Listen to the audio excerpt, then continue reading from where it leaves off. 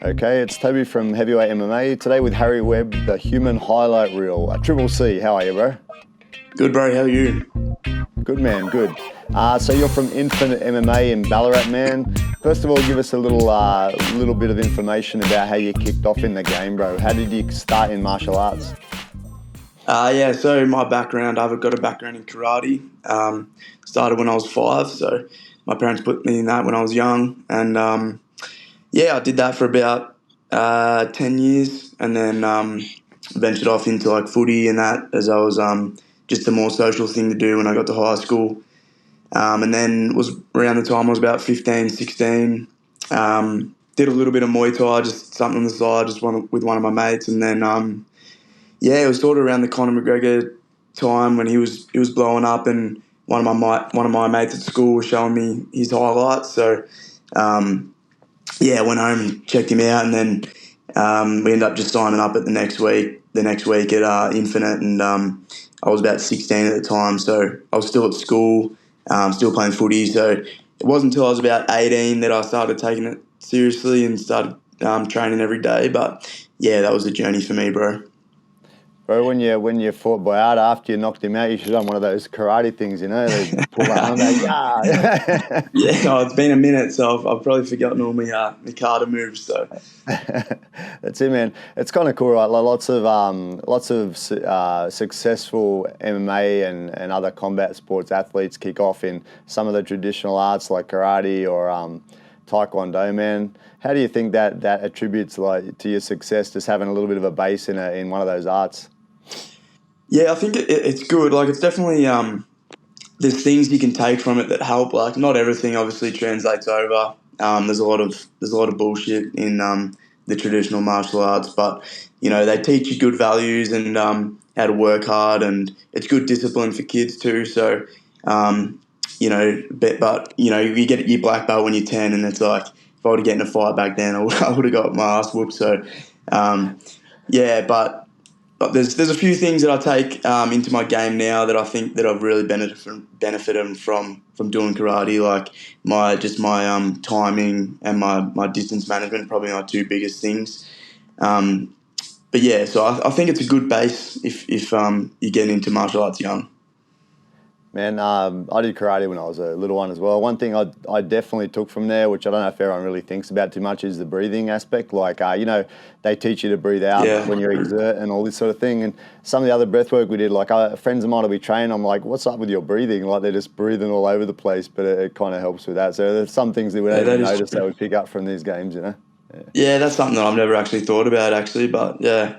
Yeah. Bro, so obviously there's a few interviews around, man. You had a great fight early in March, finishing Abdalla Biayda, if I'm saying it right. Great fight, man. You must be happy with that, eh? Yeah, bro, I was super stoked, especially to get the finish over such a tough opponent like Abdalla.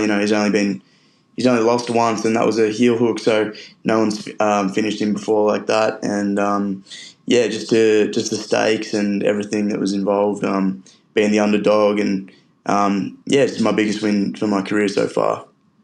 Yeah, man, he's quite a scary fighter, man, and he doesn't really stop, right? He's got mad cardio, keeps just driving forward, and that, like, you got to pretty much do what you did, I think, to take him out, take him out of the equation. If you just try and stay with him, he's just got such great cardio. He just seems to keep going hard, I don't know. He's a kind of scary fighter to face, right?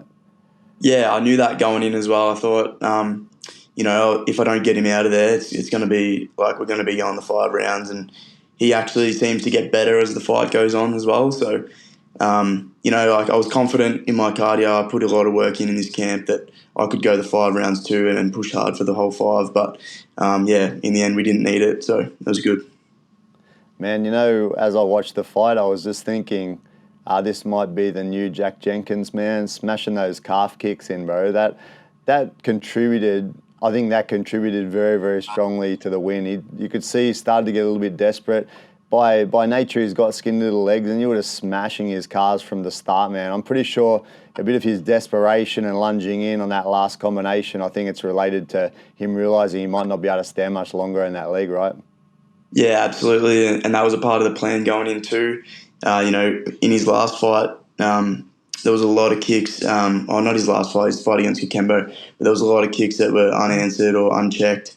And obviously he's got really long legs, so it was a big target to aim for, and that was something that we planned on utilising going in. So, and for sure, like after I landed a couple of decent ones, I could tell that they were affecting him. He started to switch stance a little bit and getting light on that foot. So, and then that started to open up the hands as well. So, even though he had a couple of good moments like early in the fight, there was no stage where I felt hurt or anything, and it was like I felt my momentum building towards the end of the round. I felt like I was starting to take over anyway. So I think if the finish hadn't have come when it did, it's obviously it's hard to say, but I feel like the leg kicks were definitely paying off. And I probably would have finished him in the next couple of rounds.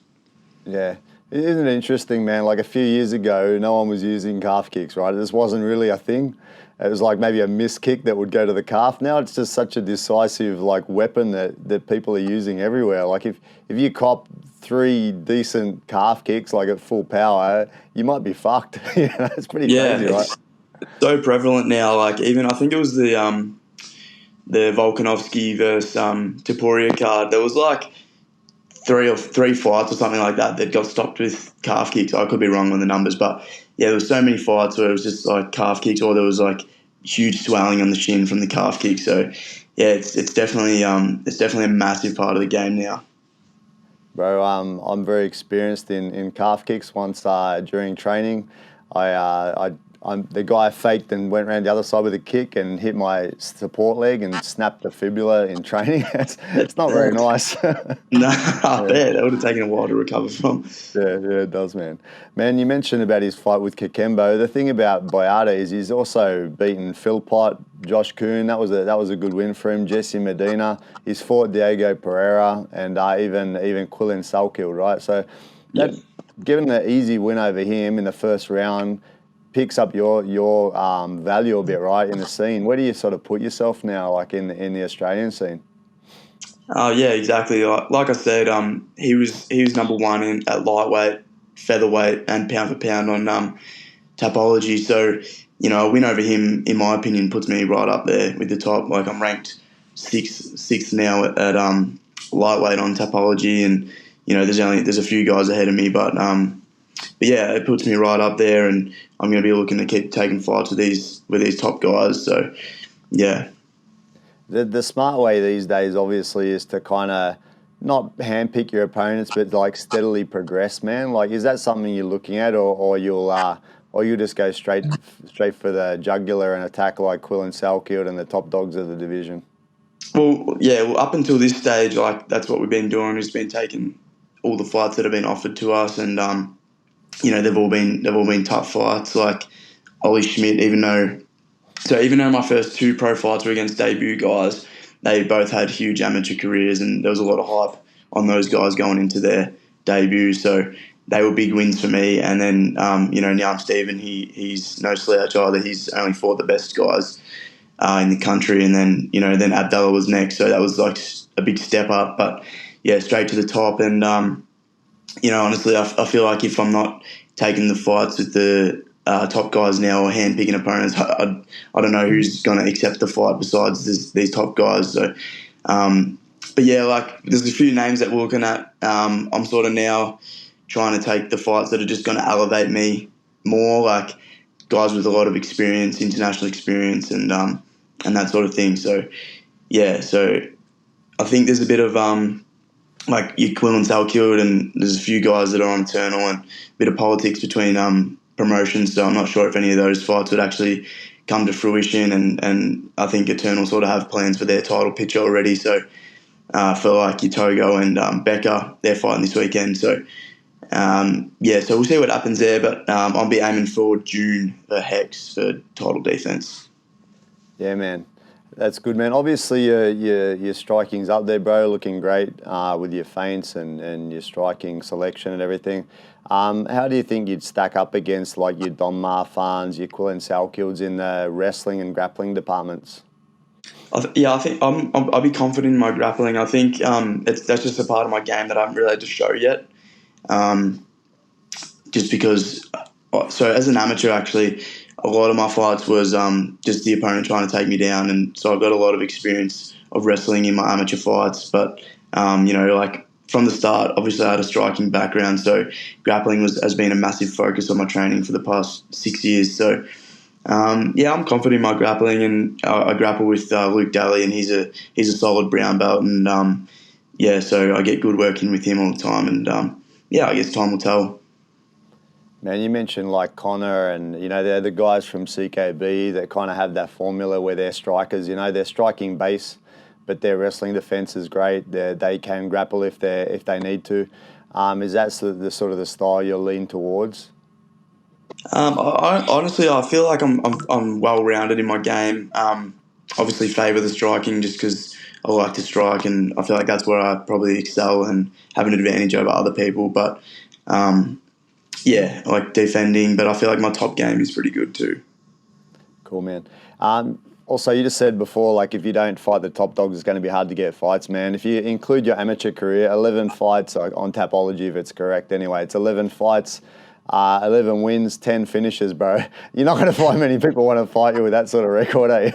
Yeah, well, that was the issue at amateur. Actually, towards the end, it was hard for me to get fights.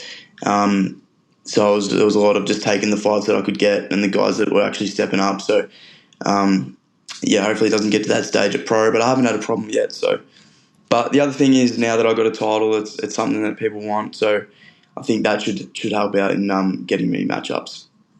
That's it, man. So if you forgot about like promotional issues, etc., who would be your like ideal opponent or someone you'd like to fight locally if you could fight anyone? The guy I want to fight next is Antonio Caruso. Honestly, I feel like he's just had a fight pull out with David Martinez. He's a big name, a lot of experience, good record. He's a good fighter. I think that'd be a good test for me. And that's who we're looking at. That's the front runner for the next card.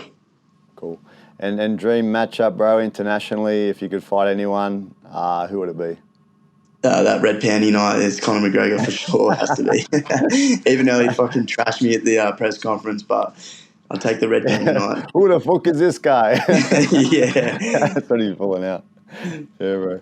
So tell us about Ballarat, man. I don't know much about Ballarat. What can you say about your hometown area? Oh, look, it's pretty small. Like, I don't mind it. I like living here. It's small. There's not too much here, but it's pretty chill. Small town.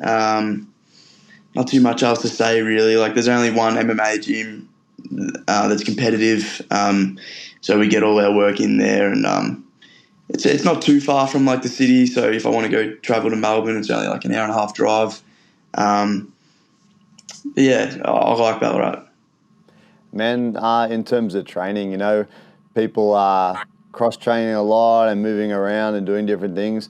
Do you see that, your gym, Infinite MMA Ballarat is all that you need, or are you open to training in other gyms around, like in Melbourne or other areas around the world, etc.? I think you said you train in Thailand, right? Yeah, so I went over to Thailand last year, which was a good experience, but it sort of made me realise that the way that we train at Infinite is what suits me, like that more individual sort of approach where, I'm working a lot of one-on-one with my coach, a lot of game planning on the pads, and just like I've got a few solid training partners that I can get some good work in with. So I feel like maybe like if anything would be just getting sparring rounds in with some other people. But for when I'm in training camp, I feel like that's also a risk because a lot of the time, like sparring can just turn into like a fight, especially with guys you don't know. So, there's risk of concussion, injury, etc. So at this stage, like I feel like I'm getting everything I need where I'm at. So yeah, I'm happy here in Ballarat. Nice, man. Which place did you train in Thailand? Did you train at like Tiger, or did you train at like Bangtao MMA or any of those ones? Yeah, it was Bangtao we went to. I spent a month there, so that was awesome to get some good work in with a lot of guys. Like there was a lot of guys from Europe, Russians, and the UK and that sort of thing. So really high level grappling over there. I found, and just good to get some rounds in with different bodies. do some of the Muay. I didn't do as much of the Muay Thai, more just the MMA focused stuff. So, but yeah, it was a sick experience. Yeah, interesting. It's a different thing, isn't it? Going to a gym that's not your gym, and like you said, you're just part of a class, and the nature Yeah, of their gym is that people come and go. So I don't know about Bangtao. They're a great set of coaches, the Hickman twins and that, Hickman boys, I mean, but yeah, they can't focus just on you, right? Like your guys can, yeah, because you're just leaving anyway, man. So they'll show you what they can and that. Unless you're going to be committed to them and staying there for a long time, you're only going to kind of touch the surface of what they can teach you, right? yeah. That's exactly right. So like, because I was only there for a month, it's like you can get some good work in with other people, but you're not getting any real attention from the coaches, which is understandable. Like they've got a lot of people going through there, and they can't give their attention to everybody. So I feel like if you were going to do something like that, it would be something you'd have to do sort of full time, like move over there and commit to that. So other than that, you're just a number in the class, yeah. Yeah, man. Yeah, but it must be a kind of interesting experience, at least, like getting out of little town Ballarat into a different Yeah. part of the world. Like it's a bit of a spin out, right? Yeah, but it was awesome because like it was a good way for me to measure how my skills go against other people around the world, and I feel like everything held up really well. So that was awesome because like obviously you don't get a lot of exposure to that many different fighters out here in Ballarat. Like we're often training with the same guys all the time, so to get go overseas and then realize that the stuff we're doing is actually legit. It was a really good feeling. Yeah, no, that's good. Good to test yourself. And like you said before, getting different looks and that. Like I know Kai Kara France, Dan Hooker, a couple of other lads from CKB were teaching in Tiger for a few years, and that I think that's one of the benefits that helps them when they get into the UFC, that they're used to different looks, right? They're not Yeah. intimidated by coming up against an Eastern European or Russian or something because they've trained with a lot of them, so they kind of know that their game, their strengths, and that. Yeah. Yeah, exactly. It's massive. So, I'll definitely go back over there and do some more work. It'd be cool. Bro, what's a normal sort of training week for you now? Like, how do you break up your training for a week? So I've just gone at the start of this year. I've just gone part time at work. So I was working full time and just training at night. What work are So you now doing, I'm man? only working. Just work at Reese. So I just do retail. Nice. So it's pretty cruisy, like pretty easy work. But obviously still have to be there to pay the bills. But now I'm working 3 days a week. I can do my a private session in the morning with my coach, and then at night we just I do strength and conditioning for an hour, and then it's usually like grappling for an hour, and then grappling or another private, and then MMA for the next hour. So I usually have a 3 hour block at night, and then whatever I do in the morning as well. So and then we just What do other hard. things do you fit in, man? I heard you mention your strength and conditioning. Was it John or someone, your coach? You mentioned a strength and conditioning coach, right? So John's my head coach, and Hmm.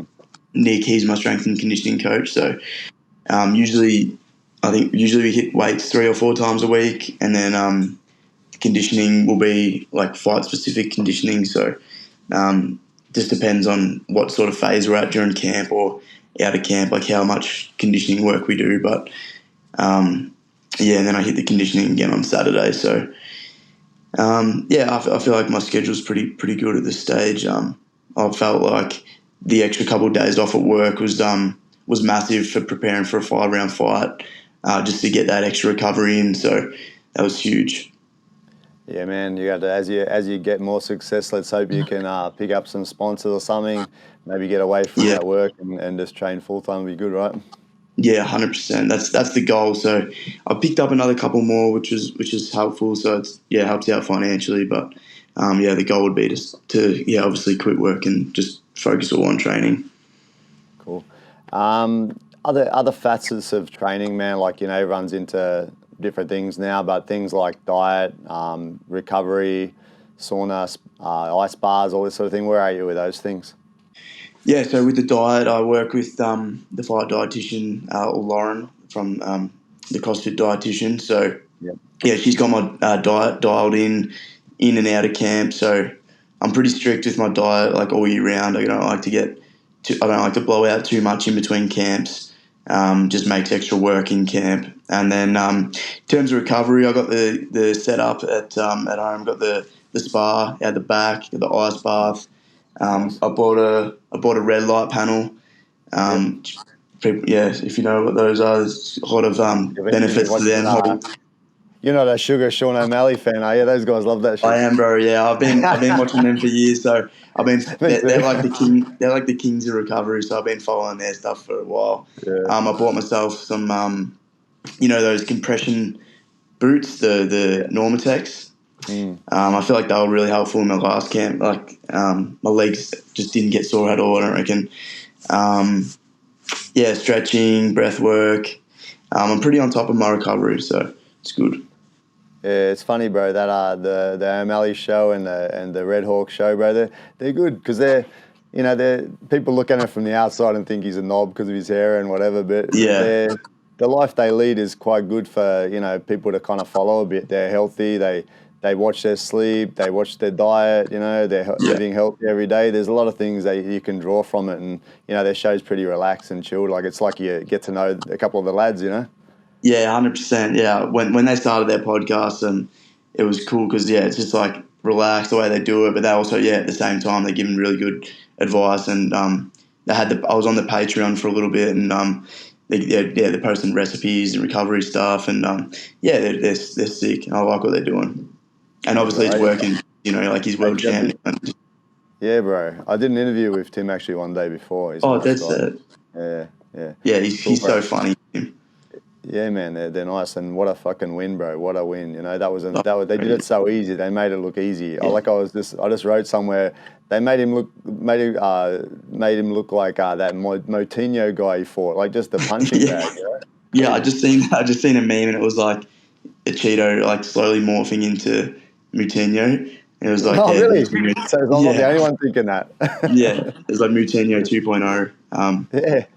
It's true. Yeah, he looked incredible. Just like you said, so easy. It was a real, but fuck, Cheeto's got a good chin.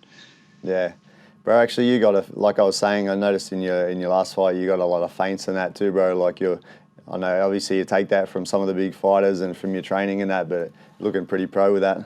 Oh, thanks, bro. Yeah, there's something we work a lot on, setups and feints. Super important. I feel like it's something that people forget about a lot and just try headhunt. But setting up is massive. Yeah, I heard. I can't remember who it was, but someone from CKB talking about it. How because of the reactions that people have, it actually fatigues their brain because they're constantly having to react and be ready for attacks and that. So it actually fatigues people a lot quicker. And you see it in those guys' game, like straight away they're throwing feints from the leg, from the hands, just getting people's brain firing on all cylinders, and then they're fatiguing them. Right? It's a pretty cool thing. And like you said, not everyone even knows about that. Yeah, 100%. Like even like say if I get to spar with any sort of lesser experienced guys. You can definitely just tire them out just from feinting and getting them reacting. So it's something I like. Yeah, definitely like utilising in my game, and it just opens up all your strikes. So it's massive. Yeah. Hey, bro. So just to finish up, man, I wanted to know what's your dreams for the future? I imagine getting on a big promotion, getting the title. What are you looking to do? Yeah, bro. Of course. My dream is the UFC champion. I think if you're a fighter and you're not dreaming of being the UFC champion, like what are you doing it for? It's like you're going to get taken out otherwise. But so that's the long term goal, and short term, I'm just going to take it fight by fight and keep racking up the wins, keep putting on good performances, and get some more finishes, and just hopefully get that call up. So yeah, awesome, man. Anyway, man, thanks for your time. Look forward to seeing your next performance, man. Looking to see your rise on the local scene, man. Should be seeing the Harry Webb show again soon, huh? Thanks, brother. Thanks for having me on. Cool. Cheers, bro.